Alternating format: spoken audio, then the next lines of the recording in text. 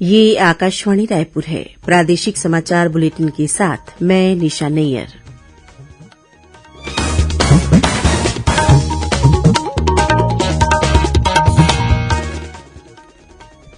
और अब पेश है आज के मुख्य समाचार।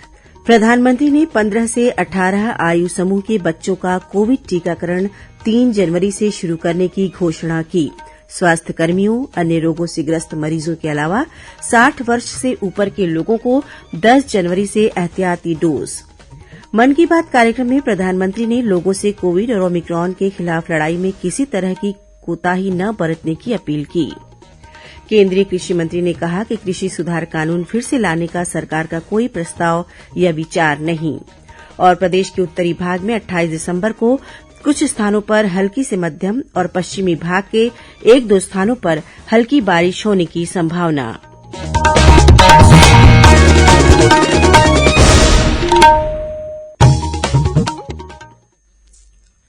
अब समाचार विस्तार से।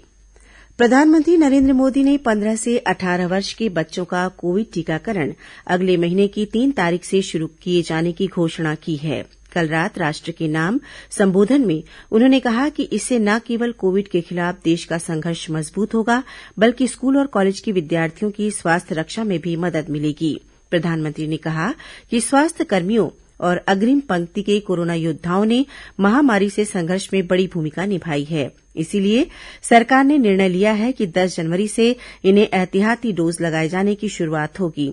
श्री मोदी ने कहा कि विश्व के अनेक देशों में नए वेरिएंट ओमिक्रॉन के कारण कोविड रोगियों की संख्या बढ़ रही है।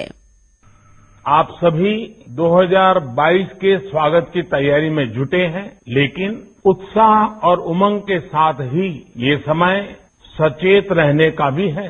आज दुनिया के कई देशों में कोरोना के नए वेरिएंट ओमिक्रॉन की वजह से संक्रमण बढ़ रहा है। भारत में भी कई लोगों के ओमिक्रॉन से संक्रमित होने का पता चला है। मैं आप सभी से आग्रह करूंगा कि पैनिक न करें, सावधान रहें, सतर्क रहें, मास्क उसका भरपूर उपयोग करें और हाथों को थोड़ी थोड़ी देर पर धुलना, इन बातों को हमें भूलना नहीं है। श्री मोदी ने कहा कि देश ने बहुत पहले ही वैक्सीन विकास पर मिशन मोड में काम शुरू कर दिया था।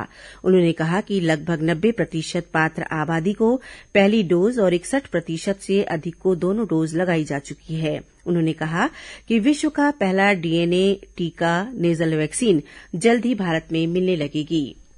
प्रधानमंत्री नरेंद्र मोदी ने लोगों से अपील की है कि वे कोविड और ओमिक्रॉन के खिलाफ लड़ाई में किसी तरह की कोताही न बरतें।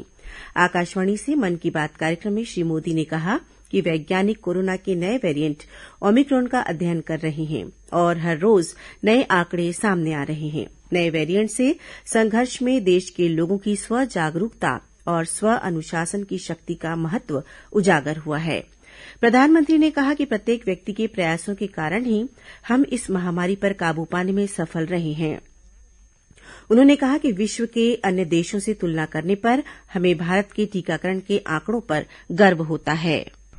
आज विश्व में वैक्सीनेशन के जो आंकड़े हैं, उनकी तुलना भारत से करें तो लगता है कि देश ने कितना अभूतपूर्व काम किया है, कितना बड़ा लक्ष्य हासिल किया है। वैक्सीन की 140 करोड़ डोज के पड़ाव को पार करना प्रत्येक भारतवासी की अपनी उपलब्धि है। ये प्रत्येक भारतीय का व्यवस्था पर भरोसा दिखाता है, विज्ञान पर भरोसा दिखाता है, वैज्ञानिकों पर भरोसा दिखाता है और समाज के प्रति अपने दायित्वों को निभा रहे हम भारतीयों की इच्छा शक्ति का प्रमाण भी है।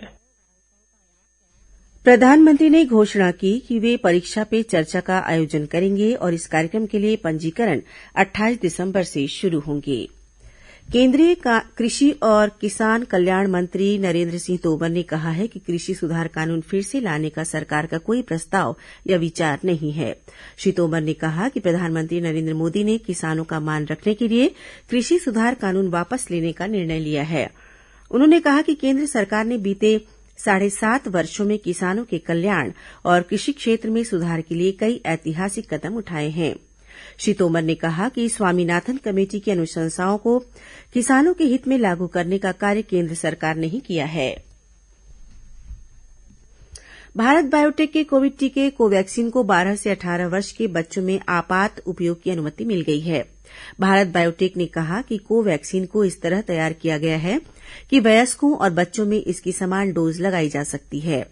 भारत बायोटेक ने कहा कि कोवैक्सीन मूल कोरोना वेरिएंट और बाद के वेरिएंट के लिए वयस्कों में सुरक्षित और प्रभावी साबित हुआ है। कंपनी ने कहा कि इसकी सुरक्षा और रोग प्रतिरोधक क्षमता डेटा अध्ययन में यह बच्चों के लिए सुरक्षित प्रमाणित हो चुका है।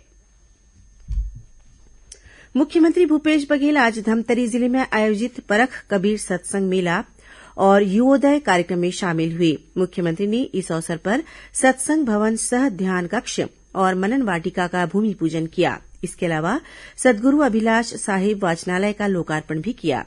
श्री बघेल ने मेला क्षेत्र के सौंदर्यीकरण और कबीर आश्रम के विकास के लिए 20 लाख रूपये और सतनामी समाज के जैतखाम के सौंदर्यीकरण के लिए 10 लाख रूपये देने की घोषणा की। केंद्र सरकार ने सुशासन दिवस पर गुड गवर्नेंस इंडेक्स जारी किया है, जिसमें ग्रुप बी के राज्यों में सामाजिक कल्याण और विकास में छत्तीसगढ़ पहले स्थान पर है। यह इंडेक्स राज्यों को सुशासन की कसौटी पर कसने के लिए जारी किया गया है। छत्तीसगढ़ विधानसभा के अध्यक्ष डॉक्टर चरणदास महंत ने कहा है कि गढ़बो नवा छत्तीसगढ़ में मीडिया की भूमिका भी महत्वपूर्ण है। उन्होंने कहा कि प्रजातंत्र में पत्रकारिता चौथे स्तंभ के रूप में मजबूती के साथ अपना कार्य कर रहा है। कल सक्ती नगर पालिका क्षेत्र में प्रेस क्लब भवन के लोकार्पण समारोह को संबोधित करते हुए उन्होंने कहा कि नवगठित सक्ती जिले को गरिमा के अनुकूल स्थापित करने में भी मीडिया का सहयोग मिल रहा है। सरगुजा पुलिस ने अंतर्राज्यीय साइबर ठग गिरोह के 4 सदस्यों को बिहार के नवादा जिले से गिरफ्तार किया है। इनके पास से 5,13,000 रूपये नगद, 11 मोबाइल और 2 लैपटॉप के साथ इलेक्ट्रॉनिक डिवाइस तथा 11 एटीएम जब्त किए गए हैं। बताया जाता है कि आरोपियों ने छत्तीसगढ़ सहित देश के विभिन्न राज्यों में 200 से अधिक लोगों से ऑनलाइन ठगी को अंजाम दिया है। प्रादेशिक समाचार आप आकाशवाणी रायपुर से सुन रहे हैं। राष्ट्रव्यापी टीकाकरण अभियान के तहत अब तक देश में 1,41,37,00,000 से अधिक कोविड रोधी टीके लगाए जा चुके हैं। इधर छत्तीसगढ़ से अब तक 3,05,11,000 से अधिक कोरोना टीका लगाया जा चुका है। इनमें 1,87,40,000 से अधिक लोगों को पहली डोज और 1,17,70,000 से अधिक लोगों को दोनों डोज लगाई जा चुकी है। इस बीच प्रदेश में कल कोरोना संक्रमण के 37 नए मामले सामने आए। इन्हें मिलाकर प्रदेश में अब तक 10,07,500 से अधिक कोरोना संक्रमित मरीजों की पहचान हो चुकी है। इनमें से 9,93,600 से अधिक मरीज स्वस्थ हो चुके हैं। वर्तमान में 313 मरीजों का प्रदेश के विभिन्न अस्पतालों या होम आइसोलेशन में इलाज चल रहा है। कोरोना वायरस के नए वेरिएंट ओमिक्रॉन के देश में बढ़ते मामलों के चलते छत्तीसगढ़ में भी दिशा निर्देश जारी किए गए हैं। इस संबंध में प्रदेश के स्वास्थ्य मंत्री टीएस सिंहदेव ने स्वास्थ्य विभाग के अधिकारियों की बैठक ली। बैठक में विभागीय अधिकारियों ने बताया कि केंद्र सरकार द्वारा जारी दिशा निर्देश के अनुरूप विदेशों से आने वाले व्यक्तियों की स्क्रीनिंग कर उन्हें क्वारंटाइन किया जा रहा है। साथ ही क्वारंटाइन के 8 दिन पूरे होने पर आरटीपीसीआर जांच की जा रही है। इस दौरान कोरोना संक्रमित पाए जाने पर उस व्यक्ति की WGS जांच के लिए सैंपल लिया जा रहा है। इसके अलावा नवा रायपुर के इंदिरावती भवन के 3रे तल में कोविड वॉर रूम भी स्थापित किया गया है। बैठक में स्वास्थ्य मंत्री ने कहा कि आने वाले समय में आईसीयू, ऑक्सीजन और वेंटिलेटर जैसी महत्वपूर्ण सुविधाओं का विशेष ध्यान रखना है। इनकी उपलब्धता और कार्यक्षमता की समय समय पर समीक्षा की जानी चाहिए। स्वास्थ्य मंत्री ने कहा कि मास्क के उपयोग को बढ़ावा दिया जाए, लोग भीड़भाड़ वाले इलाकों में जाने से बचें। साथ ही कोविड से बचाव के लिए जारी दिशा निर्देशों का पालन करें। इस बीच राजनांदगांव में कोरोना संक्रमण की संभावित तीसरी लहर के मद्देनजर स्वास्थ्य विभाग ने जिले की सीमा पर बिना जांच आवागमन पर रोक लगा दी है। मिली जानकारी के अनुसार राज्य की सीमा बागनदी और पाटेकोहरा जांच चौकी में ओमिक्रॉन को लेकर अलर्ट जारी किया गया है। अखिल भारतीय कल्याण आश्रम के व्यवस्थापक प्रमुख और राष्ट्रीय स्वयंसेवक संघ के वरिष्ठ प्रचारक प्रकाश काले का कल नागपुर में निधन हो गया। उनके निधन पर जशपुर जिले के कल्याण आश्रम स्थित बाला साहेब देशपांडे भवन में श्रद्धांजलि सभा का आयोजन किया गया। इस दौरान लोगों ने स्वर्गीय काले के छायाचित्र पर पुष्प अर्पित कर उन्हें श्रद्धांजलि दी। इस मौके पर अखिल भारतीय कल्याण आश्रम के महामंत्री गणेश राम बापट ने कहा, प्रकाश काले कुशल रणनीतिकार, राजनीतिक विशेषज्ञ और अच्छे विचारक थे। उन्होंने कल्याण आश्रम के विकास कार्यों को नींव से लेकर निर्माण तक पहुंचाने में विशेष योगदान दिया। अब पेश है मौसम का हाल। प्रदेश के उत्तरी भाग में परसों 28 दिसंबर को कुछ स्थानों पर हल्की से मध्यम बारिश होने की संभावना है। साथ ही मध्य और पश्चिमी भाग के 1-2 स्थानों पर हल्की बारिश होने के आसार हैं। मौसम विभाग से मिली जानकारी के अनुसार प्रदेश में नमी युक्त गर्म हवा आ रही है, जिसकी वजह से न्यूनतम और अधिकतम तापमान में परिवर्तन होने की संभावना नहीं है। प्रदेश में कल मौसम मुख्यतः शुष्क रहेगा। अब कुछ अन्य खबरें संक्षिप्त में। राष्ट्रीय अनुसूचित जाति आयोग के सदस्य सुभाष रामनाथ पारधी और अधिकारी 28 दिसंबर को दुर्ग जिले के प्रवास पर रहेंगे। छत्तीसगढ़ प्रदेश कांग्रेस कमेटी के प्रवक्ता एमए इकबाल का निधन हो गया है। उनके निधन पर प्रदेश कांग्रेस अध्यक्ष मोहन मरकाम सहित वरिष्ठ नेताओं ने अपनी श्रद्धांजलि अर्पित की है। दुर्ग जिले में अलग अलग थानों में पदस्थ 44 प्रधान आरक्षकों को सहायक उप निरीक्षक के पद पर पदोन्नत किया गया है। बिलासपुर के सिरगिट्टी थाना क्षेत्र अंतर्गत कल एक अनियंत्रित कार की चपेट में आने से 3 युवकों की मौत हो गई, वहीं एक युवक गंभीर रूप से घायल हो गया है। बेमेतरा जिले के नवागढ़ थाना अंतर्गत खपरी गांव के पास ट्रक की ठोकर से मोटरसाइकिल सवार 2 युवकों की मौत हो गई है।